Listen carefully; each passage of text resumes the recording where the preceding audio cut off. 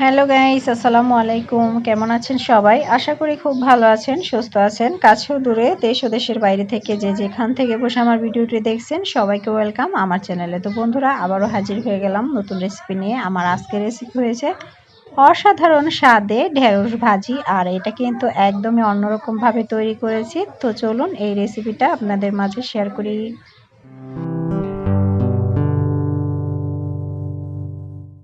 তো বন্ধুরা, দেখতে পাচ্ছেন এখানে কিন্তু ঢেঁড়স কেটে নিয়েছি পেঁয়াজ আর কাঁচামরিচ কেটে, আর লাগছে আমাদের একটা ডিম।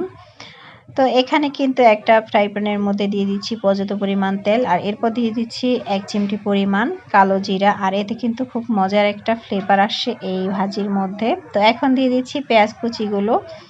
যেহেতু ভাজি, একটু পেঁয়াজের পরিমাণটা বাড়িয়ে দিবেন। এরপর কিন্তু এখন হালকা করে ভেজে নেওয়ার পর পেঁয়াজটা ডিমটা অ্যাড করে দিলাম। তো এখানে কিন্তু এখন খুব ভালো করে আমি ভেজে নিব ডিমটাকে। আর এখানে দিয়ে দিচ্ছি এখন কাঁচামরিচের ফালিগুলো, দিয়ে দিচ্ছি স্বাদমতো লবণ, আর এখানে দিয়ে দিচ্ছি এখন 1/2 চামচ চিনি। আর এটা কিন্তু একটা টিপস, তো বন্ধুরা, সবুজ রাখার জন্য কিন্তু আপনারা চিনিটা ব্যবহার করতে পারেন ভাজির মধ্যে।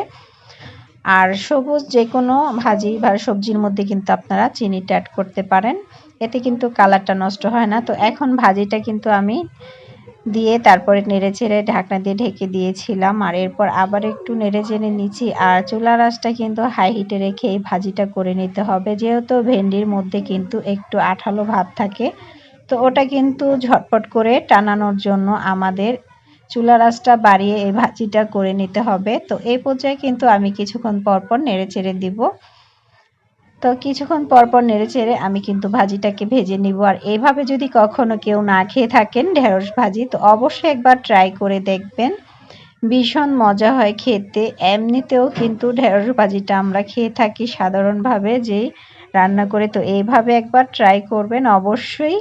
তো ভাজিটা কিন্তু হয়ে গেছে। তো এখন আমি আপনাদের সাথে সার্ভ করে দেখিয়ে দিচ্ছি। তো এখন কিন্তু একটা প্লেটের মধ্যে আমি সবগুলো নিয়ে নিচ্ছি ভাজি।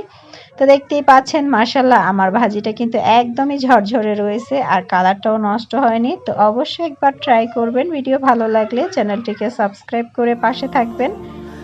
তো আবারও হাজির হয়ে যাব অন্য কোনো দিন অন্য কোনো রেসিপি নিয়ে। তো সেই পর্যন্ত সবাই ভালো থাকবেন, সুস্থ থাকবেন, আমার জন্য দোয়া করবেন। আজকের মতন বিদায় নিচ্ছি। আল্লাহ হাফেজ।